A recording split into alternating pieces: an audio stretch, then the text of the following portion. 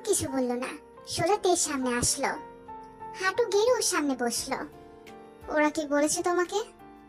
তুমি এখানে কেন এসেছো? তে তখনও ভাই রীতিমতো কাঁপছিল। দোলনার সাথে থাকা লোহার দড়িটা তে শক্ত করে ধরে আছে।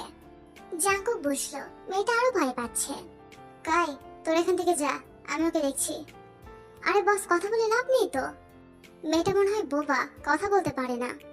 নয়তো সালা এতগুলো কথা বললাম, একটার প্রতি উত্তর করলো না। ওকে কি কি না বললাম, তুই বোকামকে জিজ্ঞাসা কর। আমি যেতে বলেছি। মানে? বাংলা কথা কি বুঝিস না? আমি এখান থেকে যেতে বলেছি তোদের। কাই, সুগার, বোগাম আর কিছু বলতে পারলো না।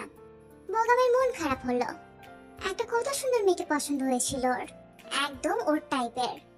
আবার আম্মুলের মতো দাঁড়িয়ে আছিস কেন?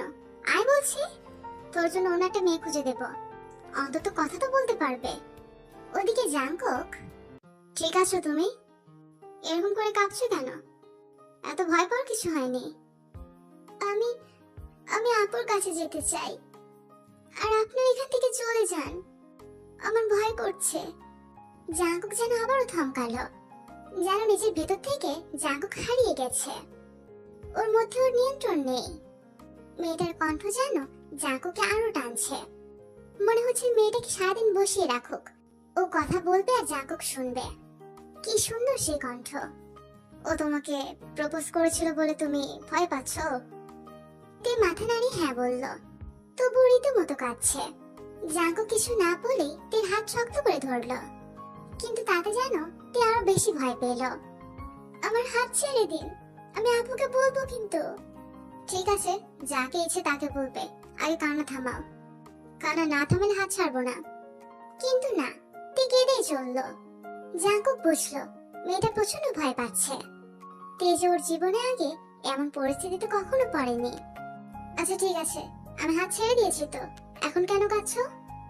কিছুক্ষণ পর তে শান্ত হলো। জাঙ্কুক এখনো ওভাবেই বসে আছে। তে ওর চশমাটা ঠিক করে নিল। তারপর জাঙ্কুকের দিকে তাকাতেই যেন ও আটকে উঠলো। লোকটার চোখগুলো ভীষণ লাল হয়ে আছে। আমায় কি খুব খারাপ লাগছে দেখতে? তে মাথা উপর নিচ করে হ্যাঁ বলল। ওর সাথে থাকা ছোট্ট একটা মিরর বের করে জাঙ্কুকের দিকে এগিয়ে দিল। জাঙ্কুক দেখলো ওর চোখগুলো আসলে লাল হয়ে আছে। ও তো ভুলেই গিয়েছিল কাল সারাটা রাত ঘুমায়নি। কিন্তু মেয়েটাকে একা ফেলে যে জাঙ্কুকে যেতে ইচ্ছে করছে না। তোমার নাম কি? তে বলল না। আমি নাম জিজ্ঞাসা করেছি তোমার। আমি আপনাকে চিনি না, আপনাকে কেন আমার নাম বলবো? চেনো না তা ঠিক আছে, পরিচিত হতে